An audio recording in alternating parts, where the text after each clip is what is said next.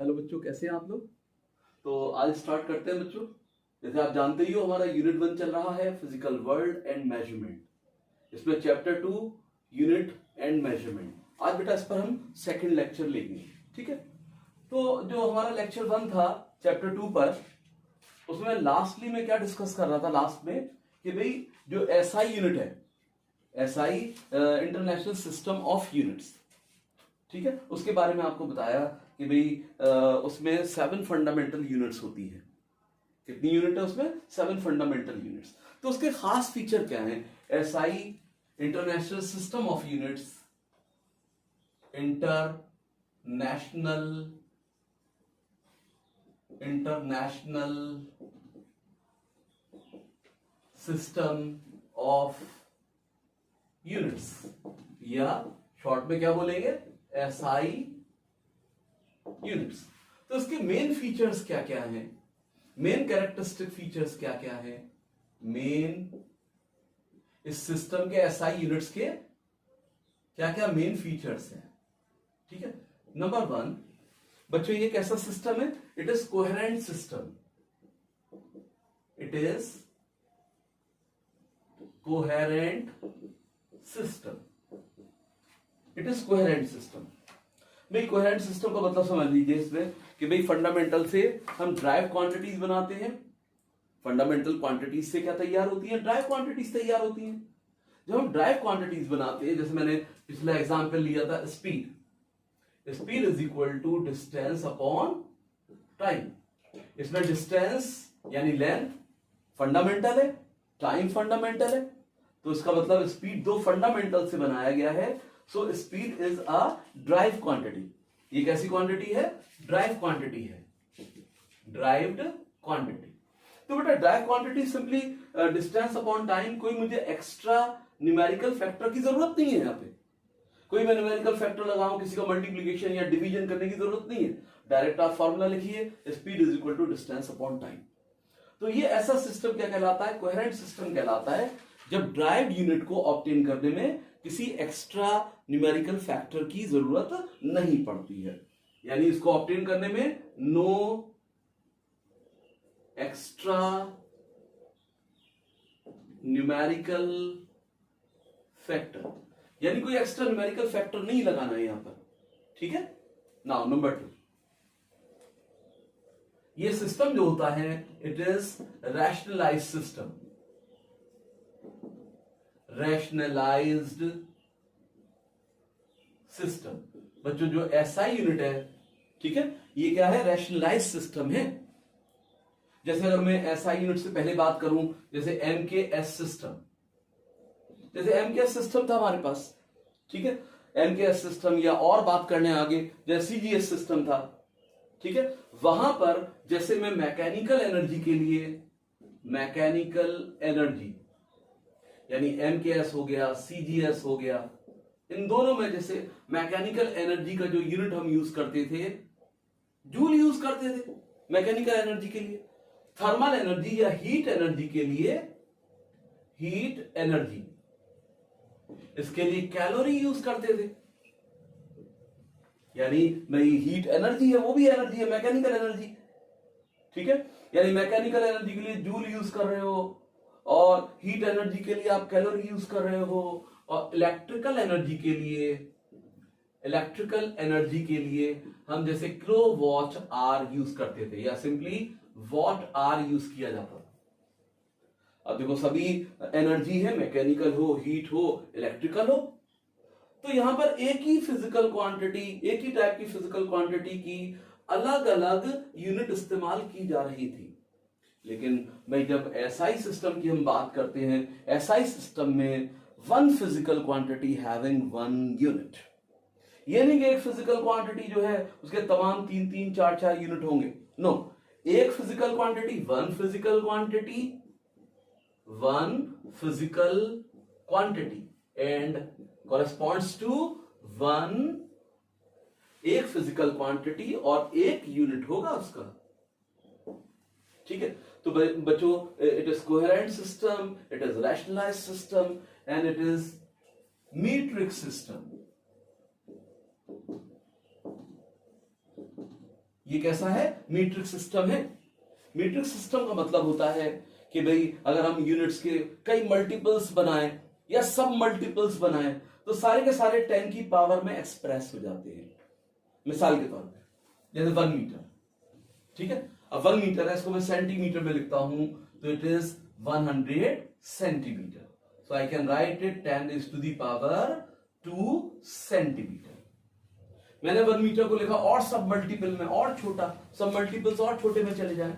पहले सेंटीमीटर में लिखा हमने 10 raised to the power 2, ठीक है। अब मीटर को मिलीमीटर में लिखते हैं 10 raised to the power 3 millimetre.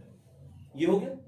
ये हम इससे और हायर चले जाएं, इसके मल्टीपल्स में आ जाएं। अभी तो मीटर के सब मल्टीपल्स में आ रहे थे, हम सेंटीमीटर मिलीमीटर में आ रहे थे, ठीक है। अगर मैं चला जाऊं किलोमीटर में, 1 किलोमीटर, तो 10 raised to the power 3 metre. तो ऐसा सिस्टम क्या कहलाता है बच्चों? मीट्रिक सिस्टम कहलाता है, जिसमें हम जो यूनिट्स के मल्टीपल्स होते हैं, मल्टीपल्स जो हैं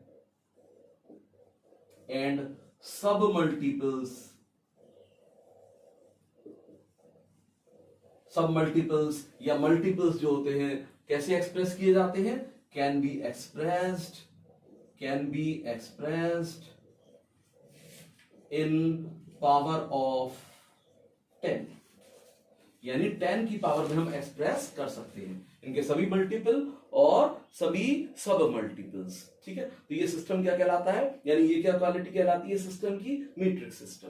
तो ये बड़ी खास बातें हैं बच्चों इसके अंदर, ठीक है। और अगर मैं चौथा पॉइंट यहां पर इंडिकेट कर दूं तो 3 इसकी बहुत इंपॉर्टेंट खासियत होती है कि भाई ये एब्सोल्यूट है, इसमें कोई ग्रेविटेशन, जैसे दूसरे सिस्टम में हम देखें ग्रेविटेशनल यूनिट अलग से यूज होते हैं, यहां ग्रेविटेशनल यूनिट अलग से यूज नहीं होंगे। तो ये एब्सोल्यूट सिस्टम ऑफ यूनिट है, यानी ये सिस्टम ऑफ, ये कैसा है? एब्सोल्यूट यूनिट का सिस्टम है, एब्सोल्यूट यूनिट्स, यानी no gravitational unit, no gravitational units, यहां ग्रेविटेशनल यूनिट्स की बात नहीं की जाएगी, ठीक है। तो आपने देखा बच्चों, जो हमारा एसआई यानी इंटरनेशनल सिस्टम ऑफ यूनिट है, ये एसआई यूनिट है, तो इसके खास खास फीचर्स क्या हैं तो ध्यान रखेंगे। It is coherent system, rationalise system, ठीक है, और मीट्रिक सिस्टम, और ये कैसा है? एब्सोल्यूट, इसमें एब्सोल्यूट यूनिट्स रहते हैं, कोई ग्रेविटेशनल यूनिट की जगह नहीं होती है। तो अब बच्चों यहां पे हम बात कर लें कुछ जैसे लेंथ की, जो लेंथ के यूनिट्स हैं, छोटे या बड़े यूनिट हैं, टाइम के छोटे या बड़े यूनिट्स हैं, या मास के लिए कौन से छोटे बड़े यूनिट्स यूज करते हैं। तो कुछ खास important units, some important units.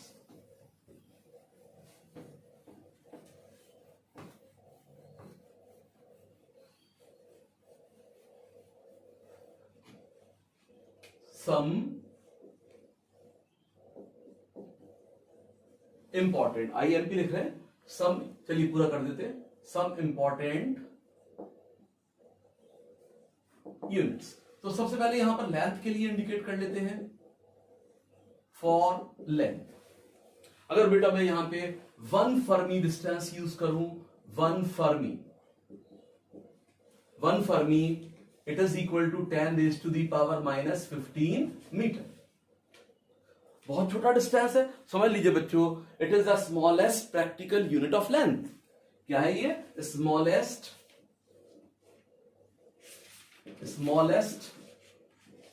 Practical unit of length. Length का स्मॉलेस्ट प्रैक्टिकल यूनिट है, ठीक है। ये क्या है? लेंथ का स्मॉलेस्ट प्रैक्टिकल यूनिट। तो ये जान लीजिए कि जो न्यूक्लियस का साइज होता है, रेडियस, डायमीटर होते हैं, उसका ऑर्डर 1 फर्मी होता है। यानी ये किसका ऑर्डर है बेटा? ऑर्डर किसका है? ऑर्डर ऑफ डायमीटर और रेडियस ऑफ न्यूक्लियस।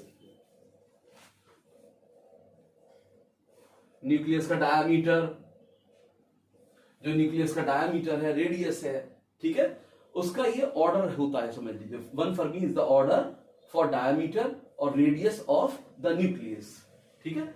यानी न्यूक्लियस का।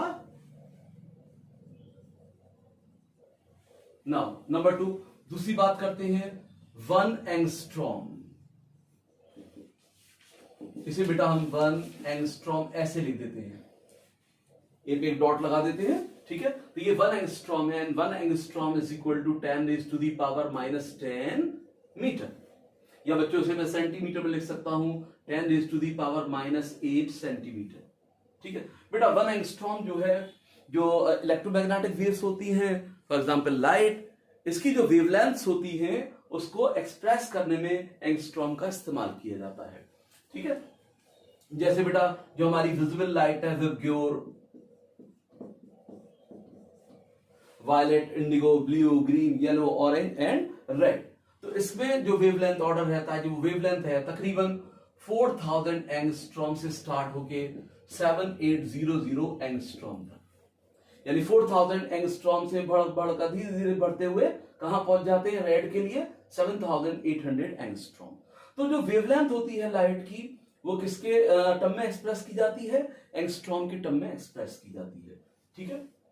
अब इसके अलावा जैसे ये तो हमने इंपॉर्टेंट छोटे छोटे डिस्टेंस की बात कर ली, और भी देख लेते चाहे तो देख लें, जैसे नैनोमीटर हो गया, 1 nanometre, it is 10 raise to the power -9, ये सब न्यूमेरिकल वगैरह में यूज हो जाते हैं, ठीक है। ऐसे ही जैसे यहां पिकोमीटर लिख दिया जाए, 1 picometre, 10 raise to the power -12 metre, इस तरीके से हम लिख सकते हैं, ठीक है। अब बेटा यहां पे इसके कुछ बड़े यूनिट्स देखते हैं, ये तो बड़े छोटे छोटे यूनिट्स हो गए, अब कुछ इसके बड़े यूनिट्स देखते हैं। तो स्क्रीनशॉट लेते रहा करिए आप। चलिए इसको हटा देते हैं।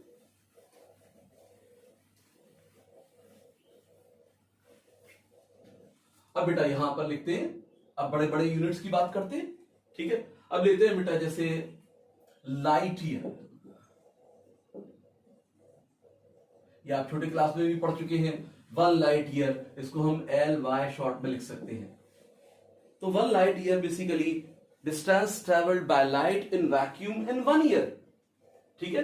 तो ये लाइट ईयर जो है, ईयर के हिसाब से हमें लगने लगता है कि भाई ये टाइम का कोई यूनिट होगा, ठीक है। ये टाइम का यूनिट नहीं है बच्चों, ये डिस्टेंस लेंथ के लिए यूनिट है और बड़े यूनिटों में शामिल है, ठीक है। तो 1 लाइट ईयर यानी distance travelled by light, distance travelled by light in vacuum, in 1 year. Vacuum में 1 साल में चला गया डिस्टेंस बाय द लाइट, इसको हम क्या बोलते हैं, लाइट ईयर बोलते हैं, and it is 9.46 into 10 raise to the power 15 metre, या बच्चों वैसे किलोमीटर में लिख सकता हूं 9.46 into 10 raise to the power, भाई किलोमीटर में लिखना है तो 1000 का डिवाइड कर दीजिए तो 12 किलोमीटर। तो लाइट ईयर बेटा ये डिस्टेंस रहता है। नाउ इसके अलावा एक दूसरा डिस्टेंस की बात कर लें, ये तो डिस्टेंस बहुत इंपॉर्टेंट, हम छोटे क्लास में भी पढ़ते हैं, इसलिए हम यहां पर पहले इंडिकेट कर देते हैं, आपको पता भी है। Now astronomical, 1 astronomical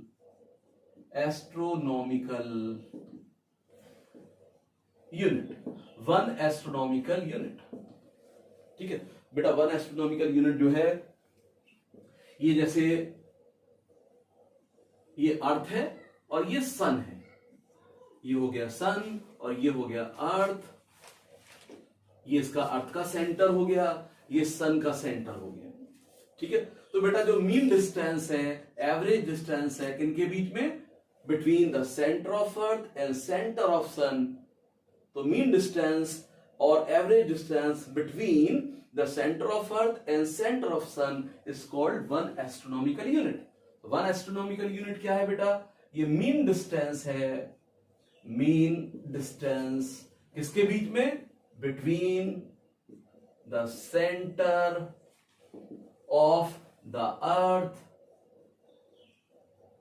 and that of the sun.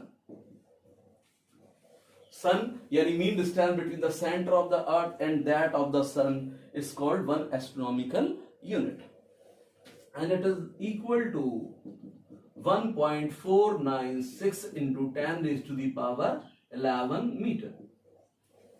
1.496 into 10 raised to the power 11 metre. तो बेटा ये एस्ट्रोनॉमिकल यूनिट हो गया। ऐसे एक बड़ा यूनिट और यूज करते हैं which is also called largest practical unit of length.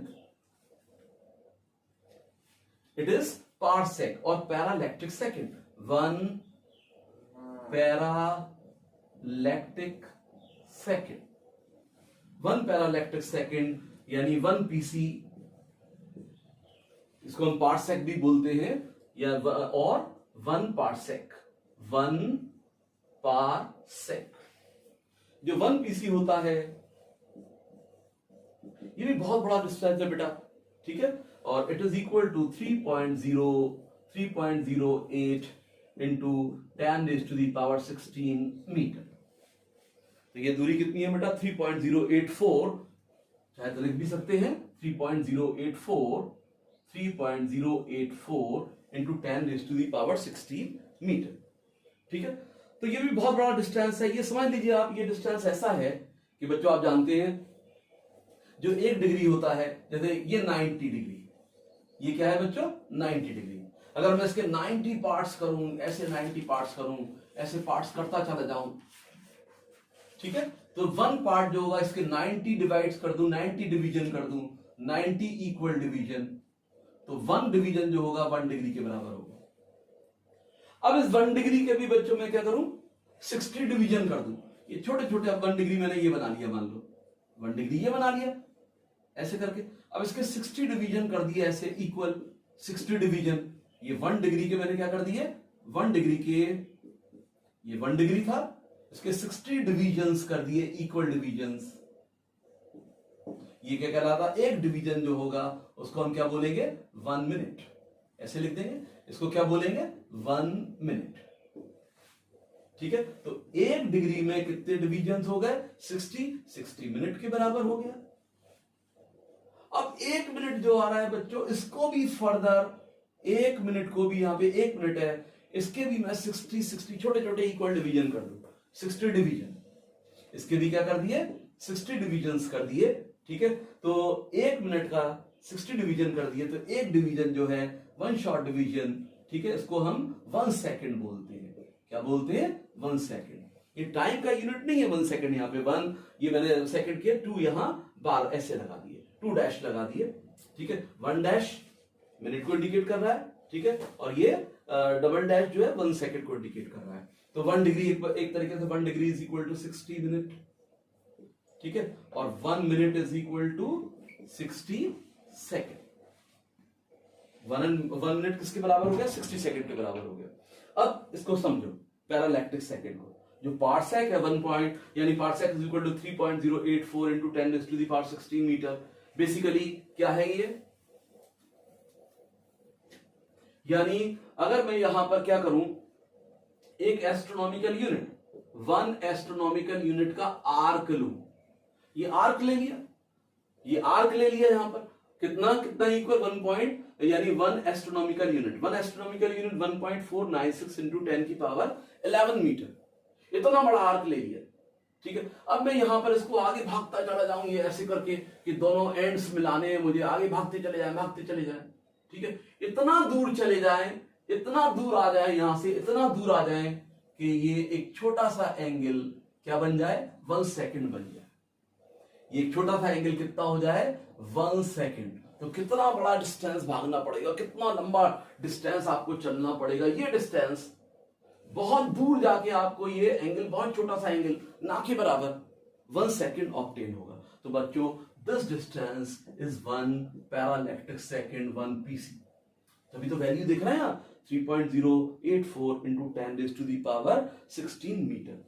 अब जैसे यहाँ पे जैसे हम बात करें, स्कूल वगैरह में तो पूछा जा सकता है, लेकिन बेटा नीट के एग्जाम में या आईआईटी मेंस के अंदर इनकी ऑर्डरिंग पूछ सकता है कि भाई light year, astronomical unit, parallactic second या पार्सेक, इनका ऑर्डर क्या होगा, ठीक है। तो आप देख रहे हैं जो एस्ट्रोनॉमिकल यूनिट है, ये रहा मेरे पास एस्ट्रोनॉमिकल यूनिट, 1 एस्ट्रोनॉमिकल यूनिट, फिर 1 light year, 9.46 into 10 raise to the power 15 metre, astronomical unit से बड़ा हो गया, ठीक है। Then parallactic second, 1 pc। तो इनके बीच ऑर्डर ये हो गया, यानी सबसे बड़ा कौन हो गया? पैरालैक्टिक सेकंड हो गया, फिर लाइट ईयर हो गया, फिर एस्ट्रोनॉमिकल यूनिट हो गया। ठीक है, तो बच्चों ये तो बात रही लेंथ के लिए। लेंथ के regarding there are some important units for length. Now अब आगे देखते हैं, मास के रिगार्डिंग देखते हैं।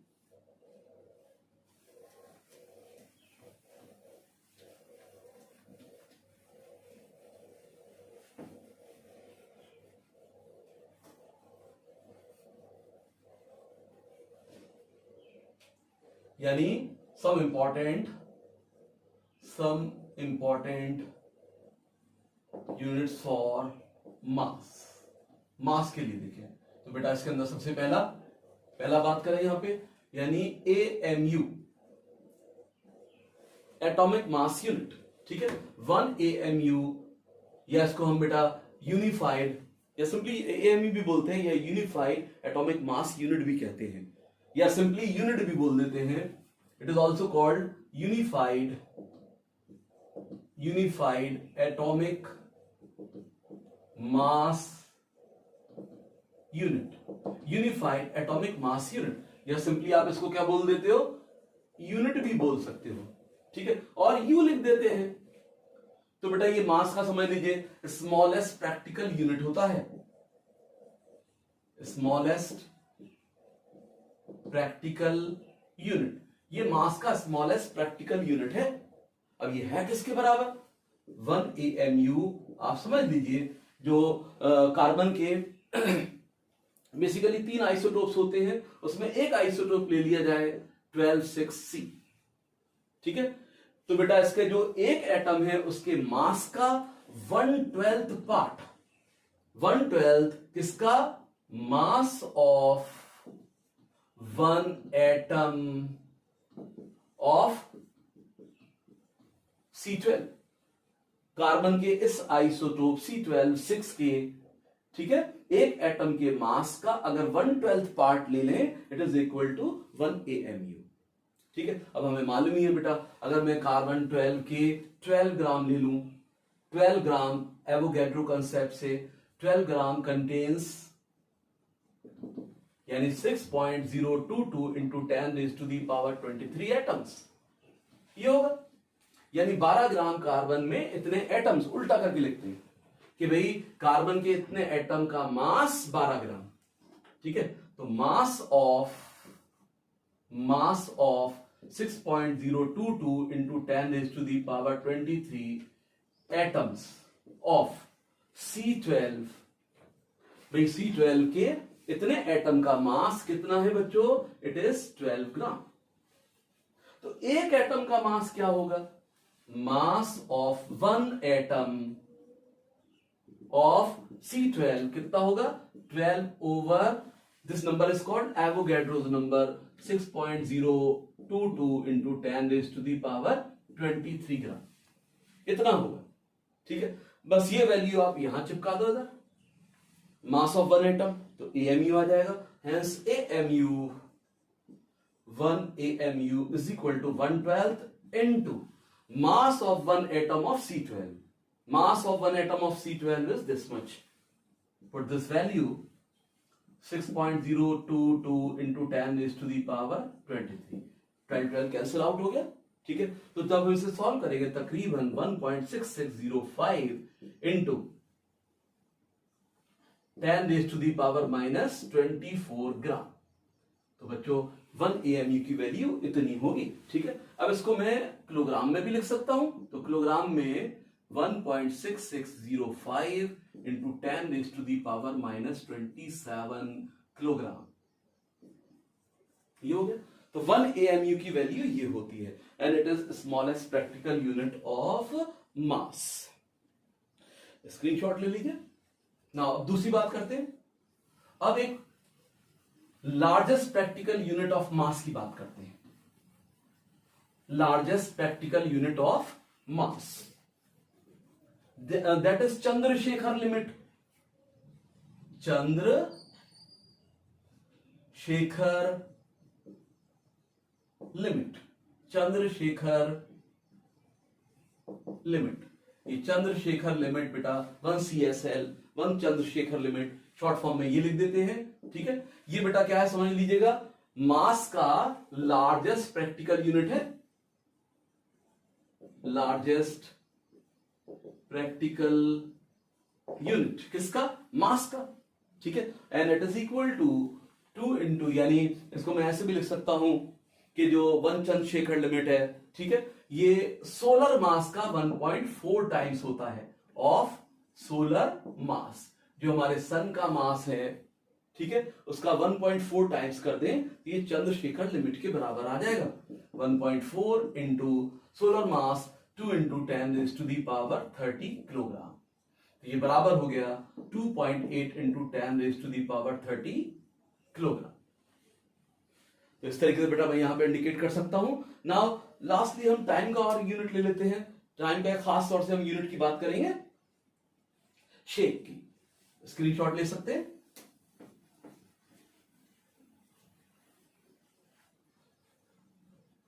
अब बच्चों यहां पे टाइम का, ठीक है, जैसे शेक, जैसे मैंगो शेक बच्चों को बहुत अच्छा लगता है, तो नाउ इसी हम यानी अब टाइम के रिगार्डिंग हम बात कर रहे हैं, ठीक है। तो ये हमारा यूनिट होगा शेक। ये है बेटा स्मॉलेस्ट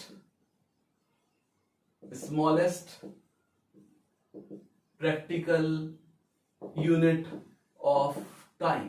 टाइम का ये स्मॉलेस्ट प्रैक्टिकल यूनिट है, ठीक है। एंड ये समझ लीजिए कि भाई 1 सेकंड के अंदर, 1 सेकंड में 10⁸ शेक्स होते हैं। इतने शेक्स हैं 10⁸। उल्टा करके लिखो इसे कि भाई 1 shake is equal to 1 shake 10⁸। नीचे ले जाओ, यहां पे 1 सेकंड में डिवाइड कर दो तो इसका मतलब 10⁻⁻8 सेकंड। तो एक शेक की वैल्यू बच्चों क्या है, 10⁻⁻8 सेकंड। चलिए क्वेश्चन बताइए मुझे इसमें, which is greater, number of shakes in 1 second और number of seconds in 1 year. क्या मतलब कि भाई हमें ये बताना है which is greater, question is which is greater,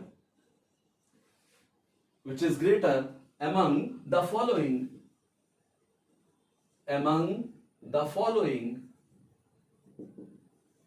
ठीक है। यानी पहले हमें क्या दे रखा है, number of shakes in 1 second, ठीक है, या number of seconds in 1 year, number of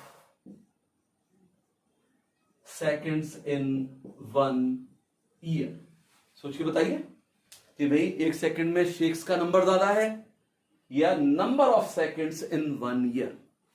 answer तो ये लग रहा है कि भाई जो number of seconds in 1 year होगा ये तो बहुत बड़ा होगा और शेक्स छोटा होगा, ठीक है।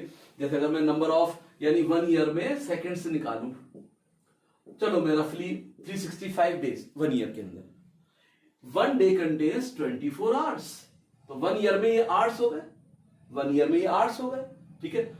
और 1 आवर कंटेन्स या 1 आवर हैज 60 मिनट्स, 60 का और मल्टीप्लाई कर दिया। अब ये हो गया मेरे पास एक तरीके से मिनट्स इन 1 ईयर। 1 ईयर में नंबर ऑफ मिनट्स हो गए। अगर मैं 60 का और मल्टीप्लाई कर दूं तो ये क्या आ जाएगा मेरे पास, सेकेंड्स आ जाएगा इन 1 ईयर। तो बच्चों इसको ऐसे शॉर्टकट में ऐसे ध्यान रखा करिए, कई जगह यूज हो जाता है कि 1 ईयर में number of second pi into 10⁻7, pi into 10⁻7, और पाई क्या है 3.14 इंटू 10⁻7। तो तकरीबन ऑलमोस्ट 1 ईयर के अंदर इतने सेकेंड्स हो जाएंगे। कंपैरिजन कर लीजिए भाई, अब ये तो मालूम ही है कि नंबर ऑफ शेक्स कितने हैं, इट इज 10⁸8 ये है, और यहां ऑर्डर क्या आ रहा है 10⁻7। तो विच इज ग्रेटर, ये number of shakes in 1 second is greater. तो चलो बच्चों अब यहीं तक रखते हैं इसमें।